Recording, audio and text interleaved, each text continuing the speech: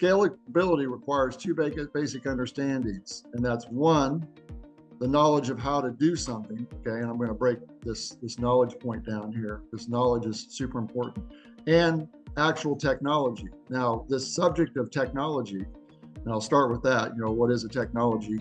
There's all kinds of technologies out there. I believe that physical therapy is a technology. I believe that OT is a technology, and speech is a technology, and we can go across the professional spectrums, and there's a technology.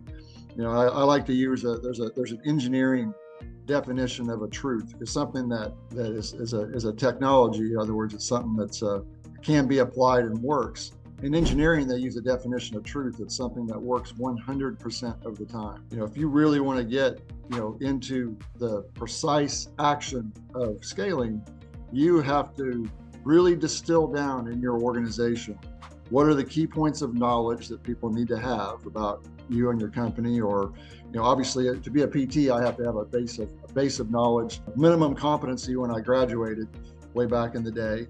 Right? And we always are working on expanding those skills, but everybody gets a baseline of knowledge that makes them that professional. So there's basic understandings that you must have in order to be successful at all.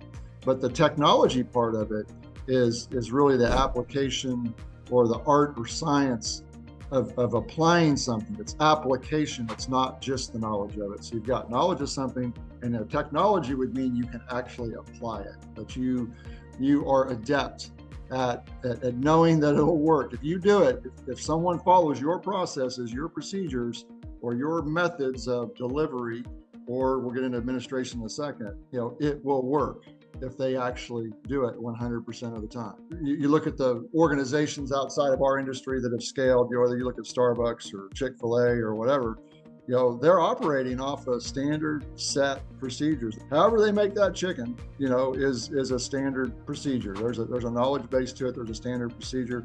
Same thing with the coffee.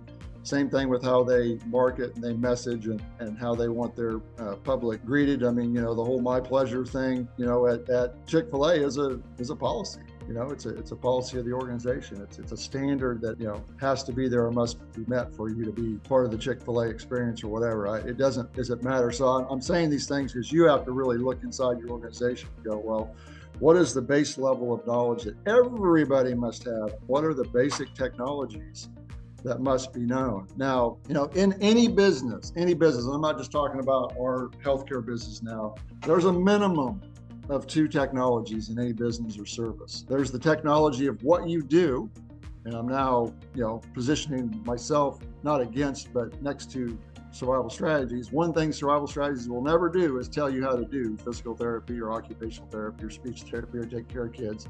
They'll never get into that because they don't have the knowledge or training or skill. But the two technologies are the technology of what you do, and hopefully all of us are, I know all of us believe that we're good at it, right? We're good at it, that it's exchangeable with the public, and there is a universal way in which it's applied. And if you want to make your organization larger, you're going to have to make sure the technology, what you do, can be universally applied. That is something that I've never engaged with survival strategies. They do not deal with the technical delivery division of your company as far as the technology of your professional skill. But the second one, the second minimum technology, is the subject of non-technical aspects of your organization, or the administrative or management, the technology of management or administration. And that too must be as standard. It must be standard, meaning it works 100% of the time, and that when it's applied, when it's known and when it's applied, it will create a predictable, determined result. There's got to be a standard of practice in not only your administration, but for sure in your technical delivery. What are your standards of care? I'm going through this with Bert DeWeese, my VP of operations right now. I've been out of the clinic for a number of years, but I'm having him work with me to, we're creating, when I show you this little formula, this really simple formula, in a bit, we're breaking down what are our standards of practice really truly. What are the minimum competencies of a rebound therapist to deliver? They all come in with various levels of technical training and skill and experience, but we have to standardize how we deliver outcomes and what our expectations are.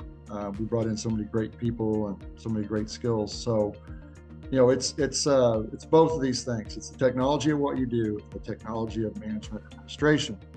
And this is what I learned by getting trained. I knew that I had a very low level of knowledge in management and administration.